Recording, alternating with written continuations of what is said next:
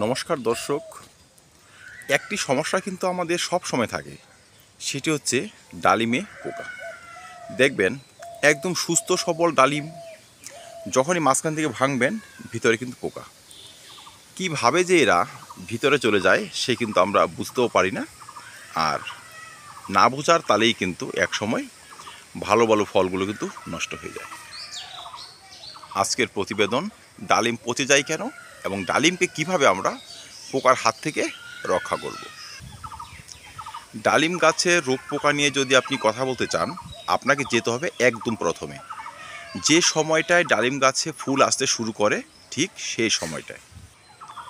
আমরা জানি যখন গাছে ফুল আসা আরম্ভ করে তখন কিন্তু নতুন পাতা গজাতেও আরম্ভ করে, আর তখনই কিন্তু আনাগোনা বাড়ে নানা রকম কীটপতঙ্গের। সাদামাছি, হপার পোকা, মিলিবাগ, জাত পোকা, চোষক পোকা, মাকড়সা, সব ধরনের পোকার আক্রমণ কিন্তু সেই তখন থেকেই শুরু হয়। সাদা মাছির কাজই হলো গাছের পাতায় বা কচি ফুলে এসে বসবে, তারপর সেখানে তারা ডিম পেড়ে চলে যাবে। যখন সেই ডিম থেকে লার্ভার মতো পোকা সৃষ্টি হবে, তারা কি করবে? গাছের যে নরম অংশ, বিশেষ করে কচি পাতা এবং ফুলের যে নরম অংশ, সেসব কিন্তু খেয়ে বাড়তে থাকবে।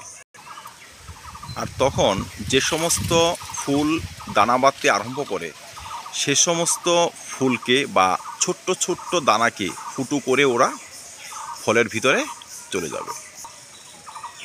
কিছুদিন কিন্তু সেটা আর বোঝাই যাবে না, কারণ এদের আসা যাওয়ার পথটি এতটাই সূক্ষ্ম হয় যে আপনি ধরতেই পারবেন না যে ডালিমকে ফুটো করে ভিতরে পোকা চলে গিয়েছে।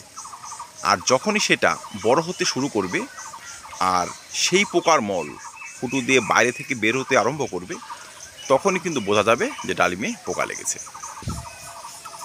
আর ততদিনে সেই অপরিপক্ক ফল বা পরিপক্ক ফল গাছ থেকে কিন্তু ঝরে পড়বে, যেটা আমরা আদৌ কামনা করি না।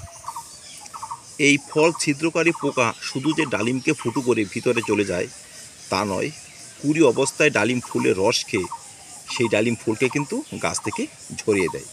এতে কিন্তু আমরা ডালিম চাষে অনেক সময় মার খেয়ে যাই। এবার কথা হলো, এই সমস্যার সমাধান কি, কিভাবে আমরা এটি রোধ করতে পারবো এবং আমাদের গাছে সুস্থভাবে ডালিম আমরা সেট করতে পারবো। অনেকেই বলবেন ফুল আসার পর গাছে ইনসেকটিসাইড স্প্রে করা যায় না। আমিও বলি, সবাই বলেন, কিন্তু ডালিম গাছের প্রকৃতি কিন্তু একটু আলাদা। ডালিম গাছের প্রকৃতি হচ্ছে, প্রথম যে ফুলগুলো ঝরে যায় সেসব কিন্তু পুরুষ ফুল, সঙ্গে দু চারটে কিন্তু স্ত্রী ফুলও থাকে।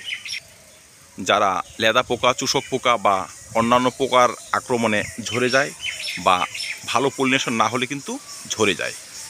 তাই সম্পূর্ণরূপে স্ত্রী ফুল ঝরে যাওয়ার আগে আমরা কিন্তু গাছে ইনসেকটিসাইড স্প্রে করতে পারি, কারণ পোকাতে যদি আমাদের ডালিমই নষ্ট হয়ে যায় তবে সেই ইনসেকটিসাইড প্রয়োগ করা না করা কিন্তু সমান। তাই যখনই দেখব ডালিম ফুল ঝরতে আরম্ভ করেছে, বিশেষ করে প্রথম অবস্থায় পুরুষ ফুলগুলো তো ঝরবেই, সে সময় কিন্তু গাছে ভালো মানের ইনসেকটিসাইড স্প্রে করতে হবে। এক্ষেত্রে আমি বলবো আপনারা ব্যবহার করতে পারেন ইমিডাক্লোরোপিড জাতীয় ইনসেকটিসাইড, লিটারে 1 গ্রাম বা 1 ml, বা প্রোফেক্স সুপারের মতো ভালো মানের ইনসেকটিসাইড। যদি প্রোফেক্স সুপার ব্যবহার করেন, এক্ষেত্রে ডোজ হবে 1 লিটার জলে মাত্র 1.5 ml। 7 দিন পর পর 3 বার ব্যবহার করে দেবেন, এতে কিন্তু ভালো কাজ হবে। আর যদি জৈব চাষি হন, সেক্ষেত্রে ব্যবহার করতে পারেন কাকা বা নিম তেল। ঘরে বানানো নিম তেলও কিন্তু এখানে ভালো কাজ করে। ঘরে বানানো নিম তেলের ডোজ হবে 1 লিটার জলে 25 থেকে 30 ml।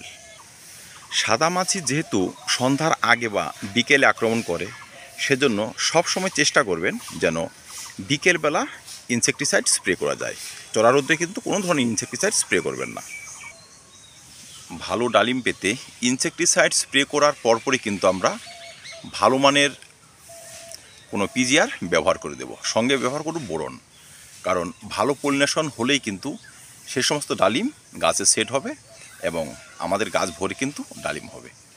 তাই এই সময় বিশেষ করে ডালিমের ফুল আসার সঙ্গে সঙ্গে একটু লক্ষ্য করে পোকার আক্রমণ দেখে কিন্তু আপনাদের ইনসেক্টিসাইড স্প্রে করতে হবে, নয়তো একসময় গাছ সম্পূর্ণ ফুল ঝরে ফাঁকা হয়ে যাবে, তখন কিন্তু কোনো ধরনের ইনসেক্টিসাইড, পিজিআর এবং কোনো ধরনের ফাঙ্গিসাইড স্প্রে করলেও কোনো কাজ হবে না।